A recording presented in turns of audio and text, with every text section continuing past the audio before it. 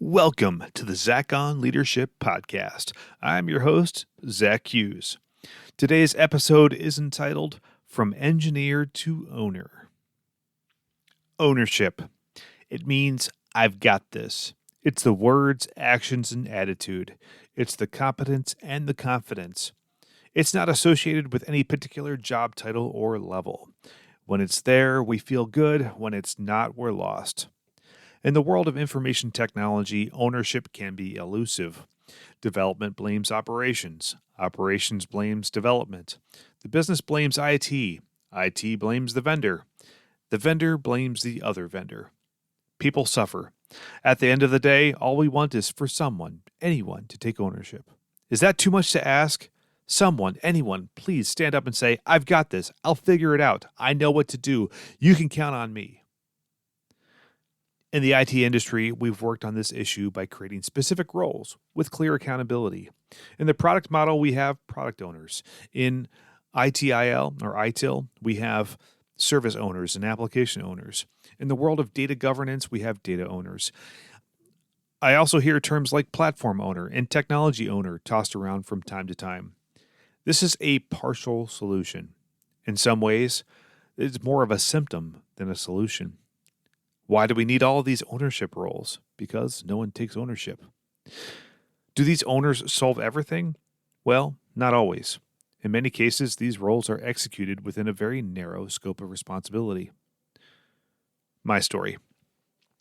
Long before I had any sort of leadership title, I was an engineer.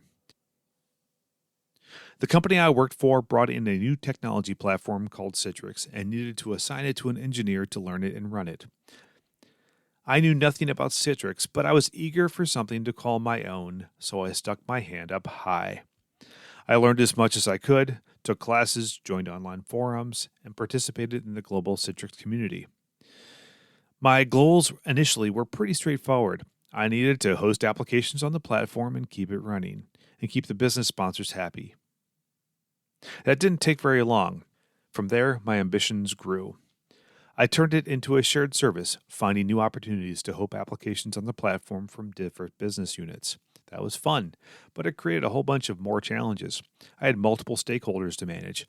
I also needed to find a way to share the cost of the platform. I was just an engineer, but I became curious about the cost of the service. I developed a consumption-based chargeback model to fairly allocate the cost based on metrics that drove my costs.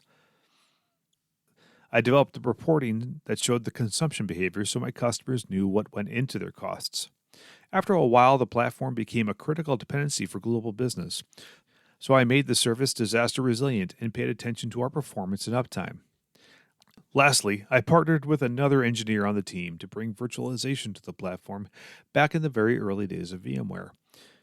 The technology innovation was interesting, but it was the cost effectiveness of it that made me pursue it. We had some goals that weren't financially viable in the traditional model, but this tech innovation made it possible. So what? That's enough of a trip down memory lane. Here's the point. While that story spans several years, the entire time I had the job title of systems engineer.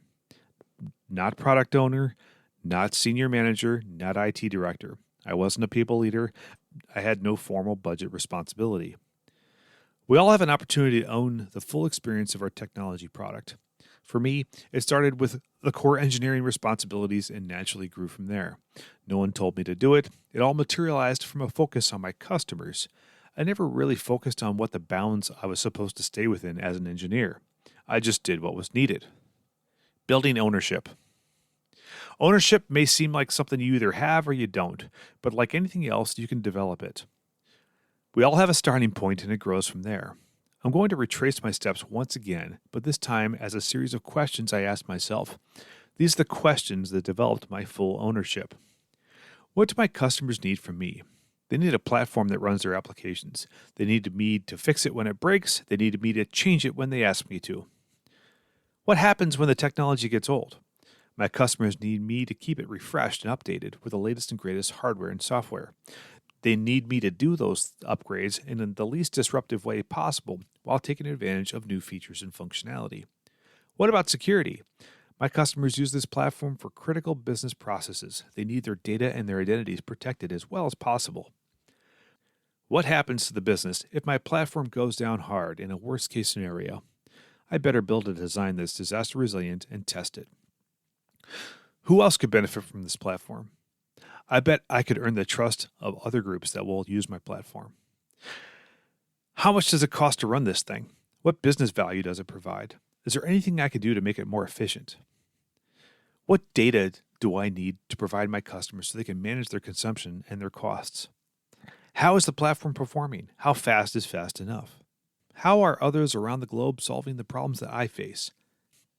Have I managed to figure out some common problems that others face? If so, can I contribute to the community? Your turn. Did you get a sense of the progressive nature of the questions? Do you see I started off with my customer and then got more comprehensive in my approach? Did you notice how each question drove me to find the answer? I never thought for a second, this isn't my job. My job was to satisfy the stated and anticipated needs of my customers. You may be thinking I'm special, but I'm not. I was just a regular engineer. I had no aspirations of becoming a tech executive one day. I wasn't on the management fast track. I just took ownership of my technology platform and served my customers. That's it. You may be wondering why I had to do this as an engineer and are wondering why my manager didn't do this for me. Well, my manager had a huge portfolio of technologies and I had only a few. Also, what I described was normal. My peer engineers ran their technology platforms just as well as I did. Why? So all this happened many years ago. Why am I talking about this today? We've just somehow forgotten how to do this. We're all very specialized. We all play our specific role. We all hope everyone else plays their specific role, especially with those with owner or manager in their job title. Sometimes that works really well, but oftentimes there are gaps. Who feels the impacts of those gaps? Customers. Who stands in the gap? Owners. Be an owner. I'd be remiss if I didn't offer one more suggestion to all of you. If you are the reading type, I have a book recommendation for you. Read Extreme Ownership by Jocko Willink and Leif Babin. It'll kick your butt. Ownership may be in short supply, but it doesn't have to be. This is your career. This is your job. These are your customers. This is your tech platform. Own it. That's all for this week's episode of the Zach on Leadership Podcast. Thanks for listening.